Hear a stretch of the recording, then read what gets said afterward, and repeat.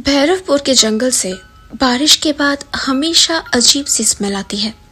गीली मिट्टी, सड़ी हुई लकड़ी और कुछ ऐसा जो सीधे आपके दिमाग पर असर कर जाए। गांव वाले कहते हैं कि जंगल की हवा ठीक नहीं है। शाम के बाद अगर कोई उस रास्ते से गुजरे तो उसे अक्सर लगता है जैसे कोई उसके पीछे चल रहा हो।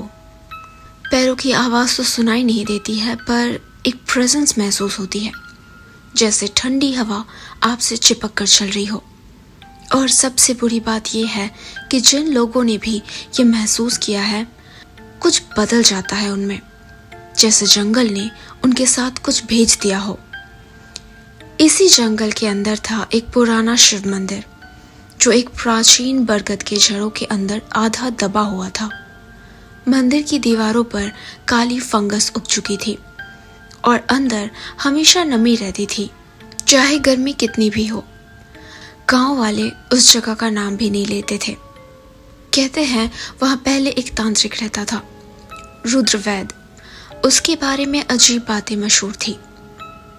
दिन में वो एक शांत वैद लगता था, जो लोगों को जड़ी बूटी देता, बच्चों को प्रसाद बांटता।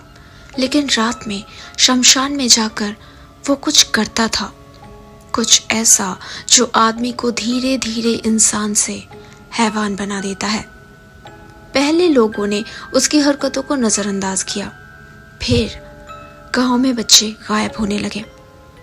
एक नहीं, दो नहीं, 7। सभी बच्चे अलग अलग घरों से गायब हुए थे। कोई दरवाजा नहीं टूटा था, किसी ने कोई चीख नहीं सुनी थी।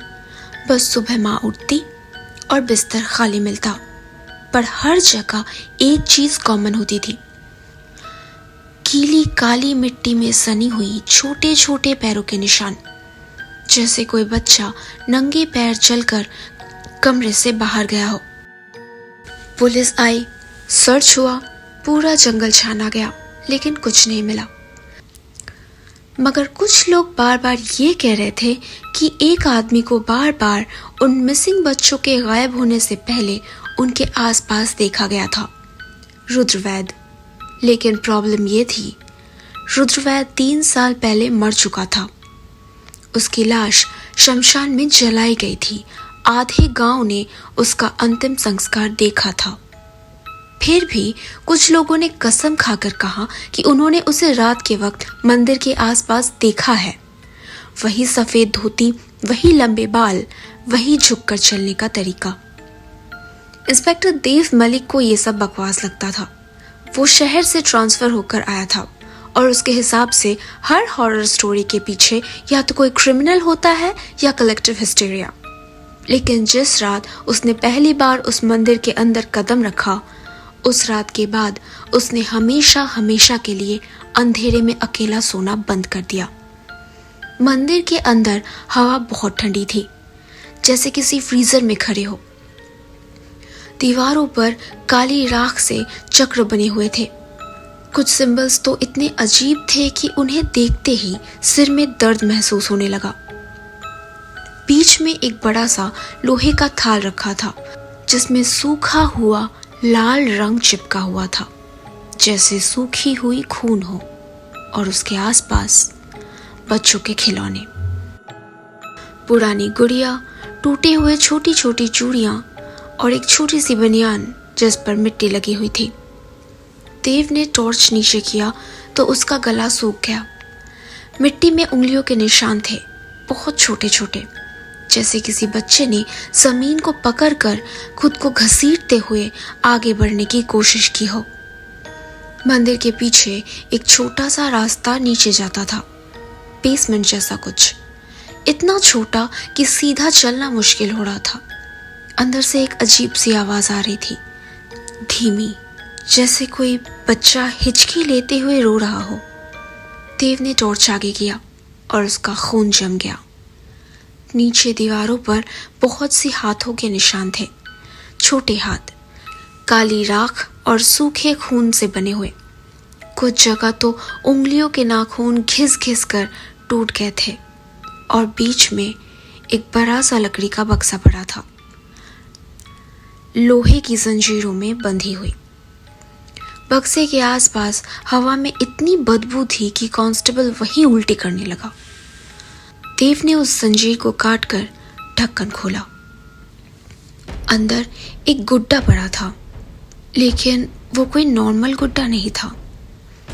उसका चेहरा असली इंसानी त्वचा से बना हुआ लग रहा था।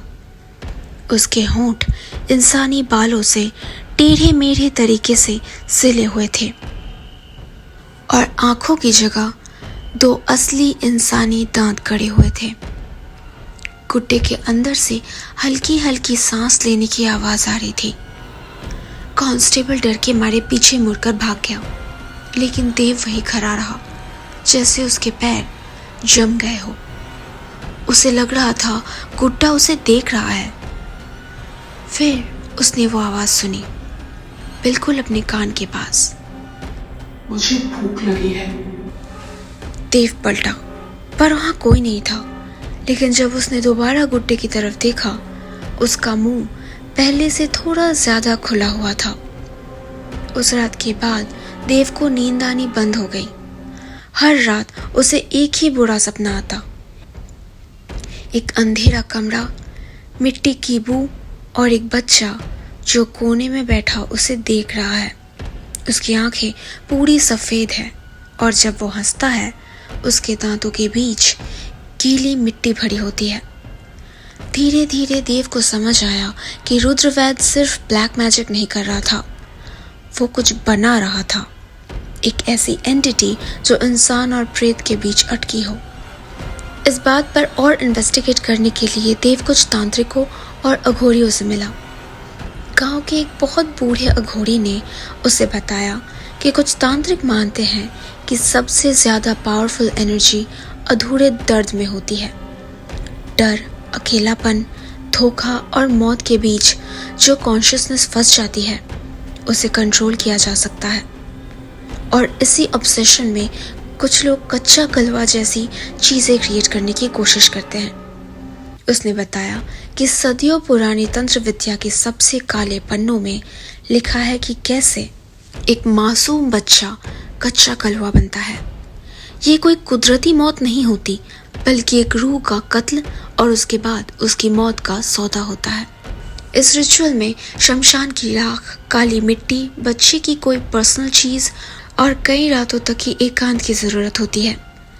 तांत्रिक खुद को भूखा रखता है, अंधेरे में बैठकर एक ही मंत्र दोहराता रहता है जब तक उसकी मानसिक स्थिति पूरी तरह से टूट न जाए। कहते हैं जब इंसान का दिमाग रियलिटी और हेलुसिनेशन के बीच की लाइन खो देता है, तब वो दूसरी तरफ की चीजें देखना शुरू करता है। लेकिन सबसे बड़ी दिक्कत, अघोरी ने धीमी आवाज में बोला, ये है कि एक वक्त के बाद तुम उसे नियंत्रण नहीं करते, बल्कि वो तुम्हें नियंत्रण करता है। देव को समझ नहीं आ रहा था कि वो इन्वेस्टिगेशन कर रहा है या धीरे धीरे पागल हो रहा है। उसे हर जगह छोटे फुटप्रिंट्स दिखने लगे, घर में, बाथरूम में, बेड के नीचे। एक बार तो उसने अपने बेडरूम के कोने में एक छोटे से बच्चे को खड़े रहते देखा, काले साए जैसा, सिर झुकाए खड़ा हुआ। उसके शरीर से पानी टपक रहा था। देव जम गया और फिर बच्चे ने धीरे धीरे अपना सिर उठाया। उसकी आंखें नहीं थी, वहां सिर्फ अंधेरा था। अगली सुबह जब देव पुलिस स्टेशन नहीं आए तो कांस्टेबल देव के घर पहुंचा। वहां एक भयानक सन्नाटा था। देव अपने बेड के नीचे मिला, होश में था लेकिन बोल नहीं पा रहा था। उसके नाखून टूट चुके थे और बेडरूम की दीवार पर मिट्टी से एक सेंटेंस लिखा हुआ था, अब हम साथ रहेंगे।